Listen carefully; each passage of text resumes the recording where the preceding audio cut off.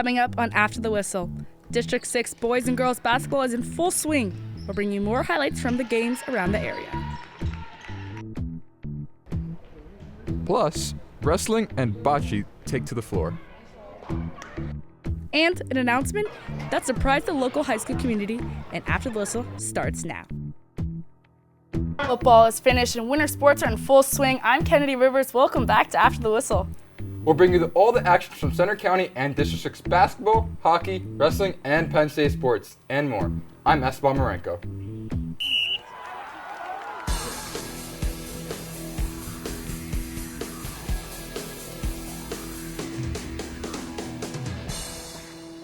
And what better way to start off the first show than with the 13-0 Bishop Guilfoyle girls basketball team as they host Clearfield.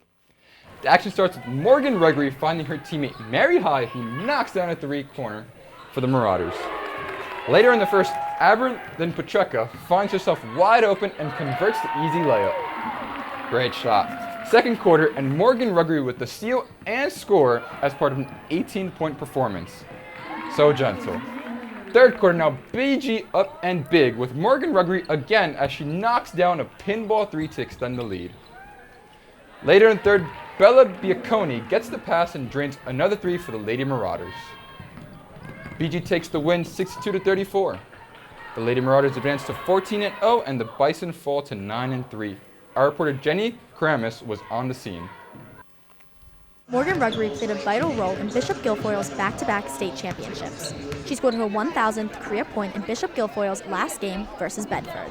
Not only is she a phenomenal offensive player, but the way that she leads our group on the defensive end too, it just makes her really special because all around she just matters for us on both ends.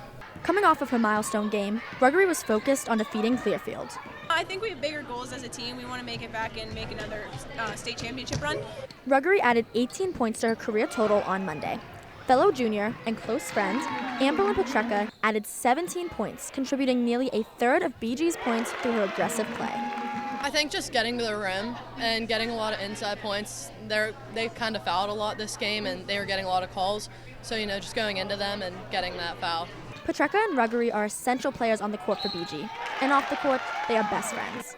While Gregory was unfocused on her 1,000th point mark, her teammates were aware and excited for her achievement. It was really good. We were all so excited for her. We knew it was coming up. Like Gregory, Pacheca has been with the Lady Marauders for both of their recent championships.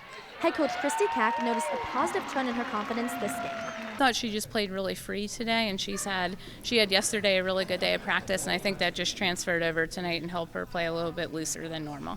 With their win tonight, the Lady Marauders remain undefeated on the season and pick up their 34th consecutive win, dating all the way back to last season, including their Class 1A state championship. BG attributes much of their success to the chemistry and connection between the team, with a strong foundation in Gregory and Pacheca. Well, we're all very close on and off the court. We're always hanging out, and I think that's a big part of it. So I think it's extra special when we're always together off the court. BG will continue to build on their team chemistry, relying on Gregory and Pacheca to lead the charge as they pursue their third straight trip to the state championship.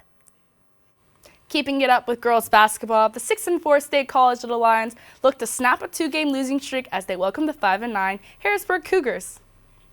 Early in the first, it's Sienna Williams grabbing the loose ball in a clear lane and takes a hard foul, but gets the finish. Still in the first, McKenna Whitehurst splits the double to find Allie Swagger, and she returns it to Whitehurst in the give and go and makes it 14-2 State College. Beautiful passing. Let's go to the second, and it's the sister connection as Cherie Wilson drives, hits the spin and the hook, passes to Sienna to make it 26-9. Dynamic duo. Cougars down by 30, now still in the third, but battling as they get the press and steal from Williams, and Kaylee Swagger drains a three, making it look real easy. But it was all led by the Little Lions, Sienna Wilson, for 28 points for the night and 58-35 win. State College moved to 7-4 and hosts Central Dauphin East at 7:30 tonight. Harrisburg beat Williamsport on Saturday, and they're currently 6-10. Hollidaysburg has bald eagle numbers the past few years. The Golden Tigers have won 7 in a row against the Eagles. Can they make it 8? Opening tip, and we are underway here at Bald Eagle. After a steal by Hollidaysburg, McKenna Weimer passes to Jillian Sidney to put the Golden Tigers on the board. Bald Eagle inbounds the ball, and oh no, that's not the right basket. Yep, Hollidaysburg gets the rebound and finishes for 2, and the Golden Tigers add to their lead. Here we go. And in. They still look real easy out there. Yep. Now late in the game, we have Maria Leruri with a beautiful Euro step for the score, extending the lead for the Golden Tigers. Bald Eagle would make a shot, but it would be too late for the Eagles. Hollidaysburg would continue their streak, winning 61-37. The Golden Tigers advance to 10-2, while Bald Eagle drops to 2-10. The Tyrone Lady Eagles traveled to Bellefonte Monday looking to keep their 5-game winning streak alive, while the Red Raiders look for the upset and their first win of the season. The teams tipped off to get this game underway. In the first quarter, Tyrone up 7-2 early, some good rebounds by the Lady Eagles, and led this to one by Lola Woomer. She would make it, ensuing a free throw to make it 10-2. Way to fight for it. Now early in the second quarter, 28-2, Lady Eagles this time showing off the ball movement, which leads up to an easy layup for Tegan Harpster. Lady Eagles crushing it 30-2. And a couple of minutes later, Lady Raiders down 35-2, but it's Talia Carter dribbling to her left to set it up. Nice jumper to make this one 35-4 Tyrone.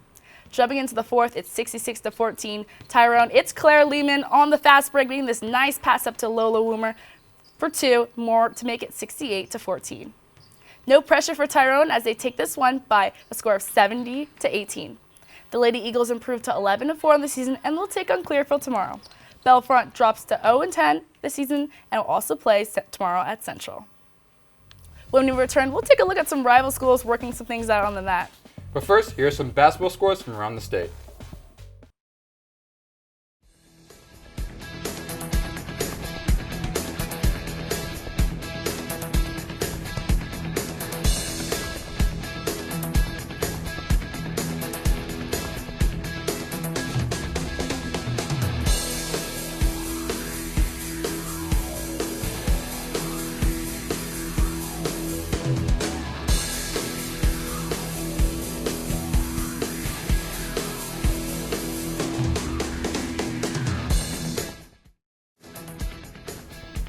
Flipping over to boys basketball now, the 4-10 Phillipsburg Osceola Mountaineers and the 9-5 Penn Cambria Panthers play in a Laurel Highlands Conference matchup.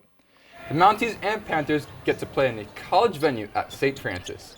PO strikes first as Zach Meyer makes the opening jumper. Not long in the first quarter, Caden Gibbons sends a bounce pass to Blake Lilly for an easy layup. Lilly would go back to being a cornerback as he picks up the pass off and takes it to the rim for an easy 2. Making it look easy out there. Panthers lead 28-11 at the end of the first. Now in the second, Gibbons gets air and denies a Joe Kendishop shot. What a defense. Another steal for the Panthers leads to Gibbons adding 2 more and drawing a foul. Look at that. Ending the first half, Robert McLean throws it to Myers, who would make a buzzer beater there. What a shot there. Penn Cambria winning 80-39. The Panthers improve to 10-5 and take on Bishop McCourt next. The Mounties fall to 4-11 and play Hollidaysburg next. The Bald Eagle area Eagles take the 10-minute drive to their rivals, the Bellefonte Red Raiders. Bellefonte warming up before a big District 6 duel. A big match at 139 pounds between Tanner Gono and Wyatt Long ends in a 4 near a fall point, and Gono for a strong 15-0 tech fall for the Bald area Eagles. At 189 pounds, Bellefonte's Jackson Long ends his match in a quick fashion with a 15-second pin in the last match of the duel. Look at the strong pin right here. Locked him up. And at 165 pounds, Bald Eagles' Kason Tice locks up the cradle for a huge fall for the Eagles. However, Bald Eagle fell short to Bellefonte, 46-23. Bellefonte moves to 10-2, while the Bald Eagle moves to 6-7. The reigning 2025 Wild Regions champions Bald Eagle hosted PL last Friday. It's both teams' 4th match of the season. Bald Eagle rolls this one down right down the line and banks off their own bocce ball, giving them multiple points. Wait for it, guys. It's going. It's going. There we go. The refs even had to take some measurements to see if it was a first-round sweep. Is it a clean shot? Yep. Look at those. Oh, they have to be sure.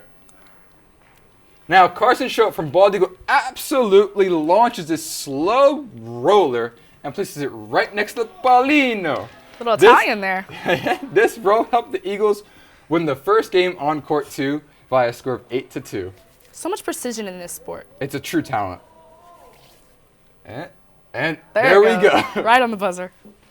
Pio tried making a comeback here, sending this ball directly to the Palino, but the bank off the ball actually helped to increase Bald Eagles' lead. I don't think they planned for that. And in the fourth game of the day, Pio started to shine. This ball had the legs and the direction. Pio scored 3 in just this round. The Eagles won 3-1. Pio avoided the sweep by winning the second game on court 2. Bald Eagle play next week at Bellefonte, while Pio plays Penns Valley earlier today. We don't have a score for that match yet. After 60 years career dedicated to high school football, John Franco is putting down the clipboard. The longtime Tyrone head coach informed his players Saturday, and word leaked out on social media later that morning. Franco coached at Altoona and Penn Cambria, as well as spent majority of his career at Tyrone. He won the 1999 2A state championship with the Golden Eagles, and congrats to Coach on a fantastic career. We're going to miss seeing Coach Franco on the field, but when we return, we switch over to Penn State sports, bringing you updates on basketball, volleyball, and hockey. We'll also give you an inside look at the 4th annual Sled Hockey Classic, but here are some more scores from District 6 sports.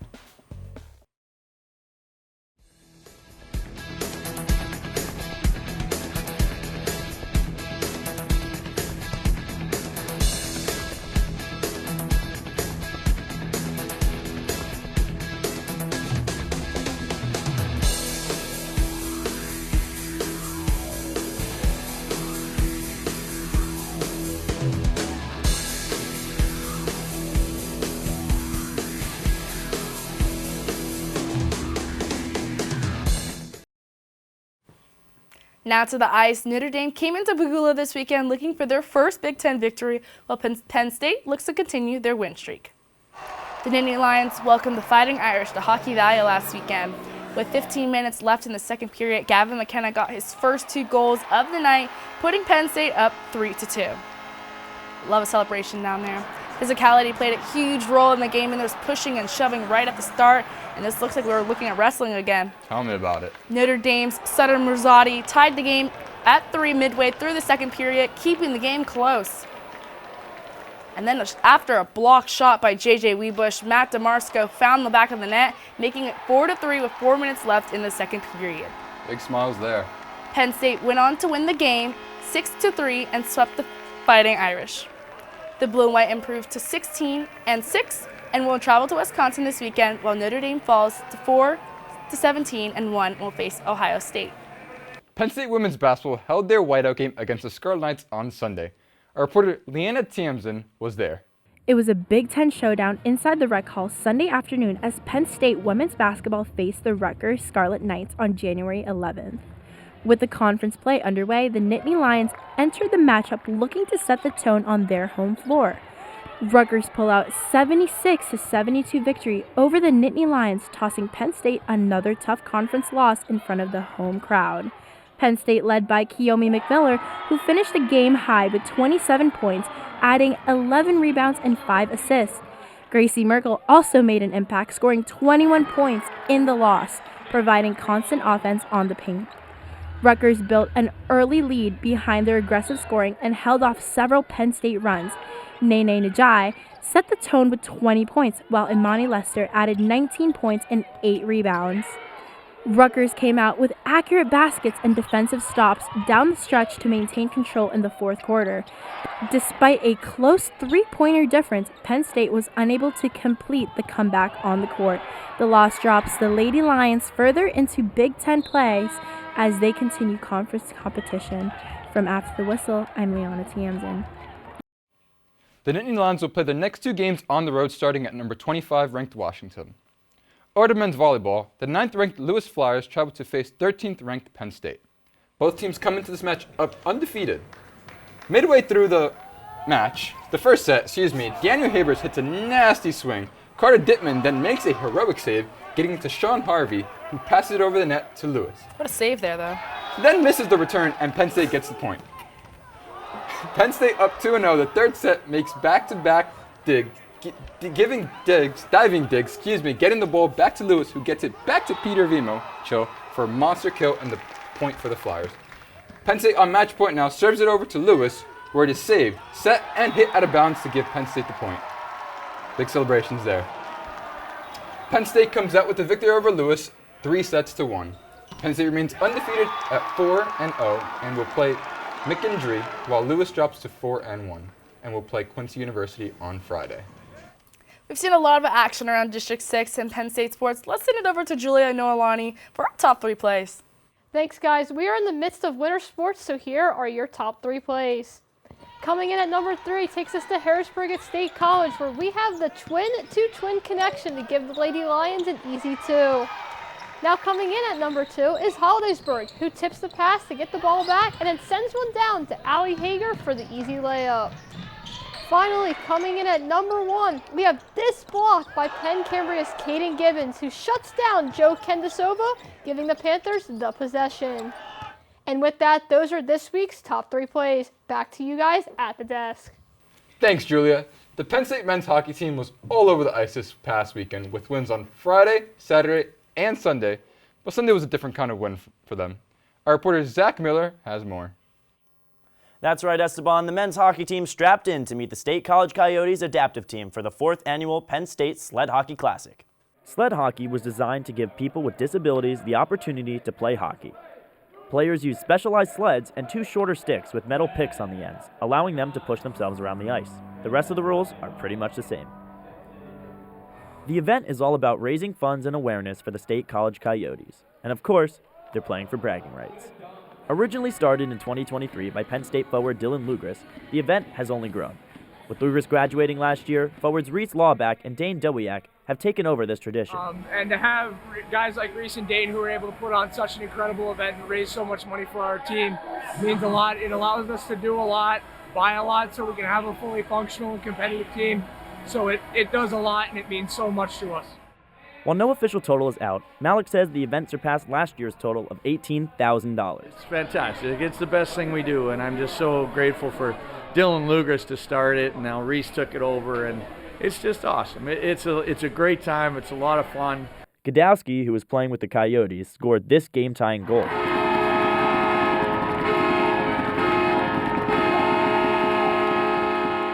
But the goal was wiped off, leaving the score 3-2, and that's how Penn State would beat the Coyotes, making this their first sled hockey win. After the game, the Coyotes posted on their Facebook page thanking the Nittany Lions and everyone who went out to support the team, but also made sure to say that they thought the goal was a good goal. And they can't wait for the rematch next year. Back to you, Esteban and Kennedy. It's honestly thank you, Zach. That's honestly such a way to build the community aspect, and it's great to see even get the Penn State head coach in there too. That's great. It really is. Well, that's all for this week's show. Tune in next week for more. We have so much more to cover this semester. And on District 6 Penn State Sports, I'm Kennedy Rivers. And I'm Esteban Marenko. For more updates on our show on coverage of games, follow us on X, Instagram, and TikTok at ATWPSU. And check out the Penn State Student Media website.